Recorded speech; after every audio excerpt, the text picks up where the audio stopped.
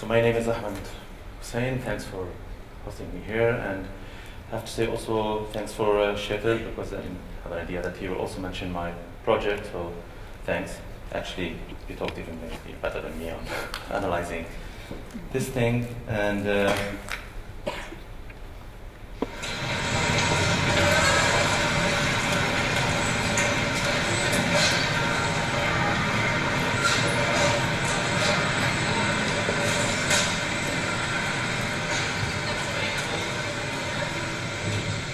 you knew that this is the news of today? But this, yeah, sure. this is not the news of today. Yeah, it is. It's not. It isn't? No. Det fanns ju 2 juli. So let me. You came to read the news of today, and then you discover that it's not the news of today. Yeah. Okay. So that's the news of the morning of the bombing. Yeah, I see that. So that isn't weird. What do you think about this? Well, it's kind of funny because the things, it seems like it could be today's newspaper. It's like any other day. Now it kind of puts that day in new perspective. You want to, so you think they should remove it? No. You know that this is not the news of today?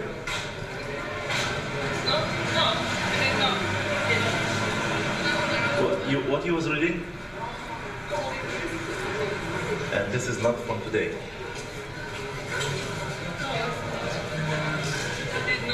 You didn't know? I've been there. No. But did you check what's the date? Can you check? 23rd of July. So it's...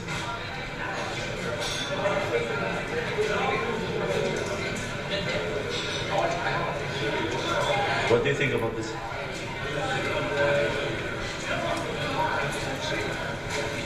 Excuse me?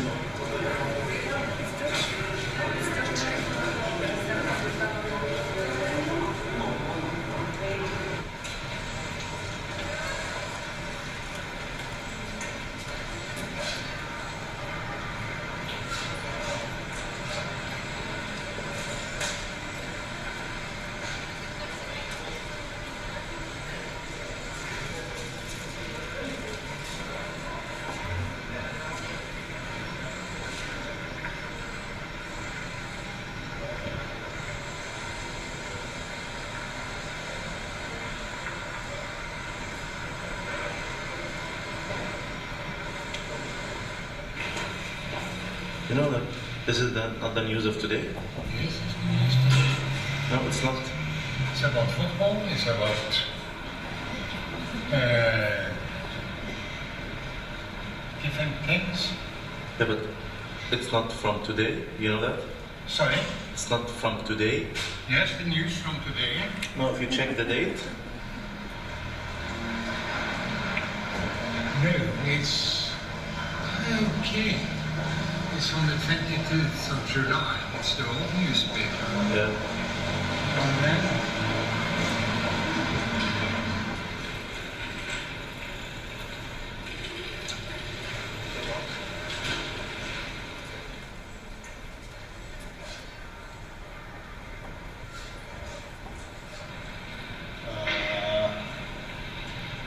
no. So let me say that the starting point of this project was the reaction of the random people. That's my beer. The starting point of this project was the reaction of random people who, while passing and reading this vacant newspaper, and the vacant newspaper for whom that you don't know is just in front of the governmental building where this terrorist attack took place. They reacted differently when they knew that they're not reading the news of the day.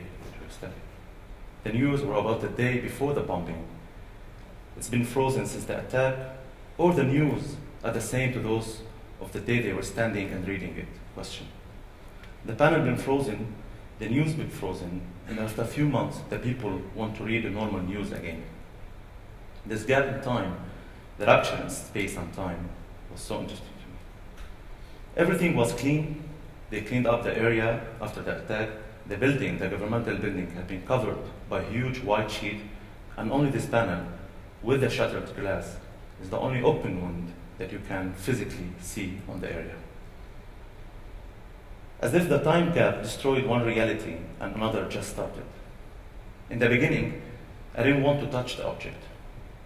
I wanted to observe the various life forms that the object will adopt socially, physically, and politically. And then after that, I went to do an exhibition at confronting around the shockwave that make us stuck at a specific moment, and waiting for the time to heal our wound, or for a national debate that was supposed to take us into an open political discussion. Luckily, let me say, and after that, Uru from KORO contacted me. We've been in contact with each other, and thanks for Boo and Christina that we started a discussion on what to do exactly with this object. And of course, after Vega decided that they want to remove this object from their square, which is understandable, kind of, they want to put a new one, we decided to save this object and to move it under the governmental building, under the bus station, and by touching it, moving it, and then lifting it a few centimeters above the ground, a new meaning been given to this space. In the video, you just watched now, amongst others, we see a young man who's touching the glass. He's touching the glass in a very emotional way, caring, almost stroking it. I was wondering what he was thinking. Is he touching a wound, trying to understand what happened at that moment to the victims? Or is he wondering how could one of us cause this wound?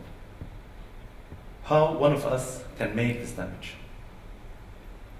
After 2 years from putting this Vega panel, this piece, under the governmental building, the object been touched again by an anonymous person that tried to smash it and to break the glass. To me, this opens an interesting space for reflection on what is fact happened between these two moments in time and space. What happened since the first guy touched the shattered glass in a gentle, caring way, to the other man that tried to smash it and break it. So I'm focusing on those two moments and this gap in time between a man, after a few months from this bombing, was touching emotionally the glass, and then after 2 years, an anonymous man who tried to break it under the governmental building. We will never know exactly what the first man attending was striking the glass or the second man felt when he wanted to break the glass, but it gives us an opportunity to try to understand these very different physical interactions with the object. Could we understand these as a natural binary between two? Or does this two physical and emotional reaction points to perhaps that between these two gestures in time and space, the national dialogue failed in analyzing concepts of peace, ideas on nation state, and meaning of social democracy?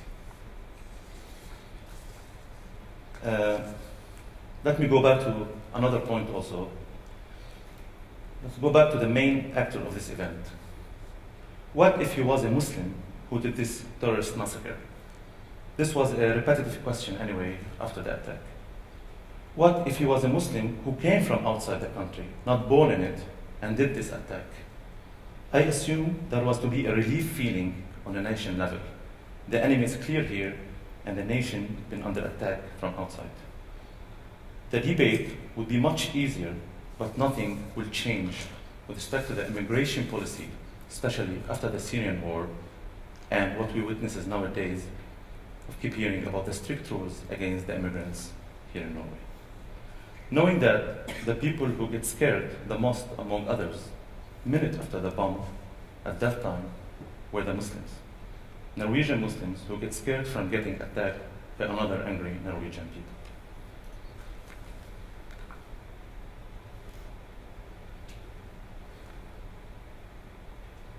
I mean, here, just showing some photos, moving the shuttle did it again. It's under the bus station where the governmental building is. And the last video, well,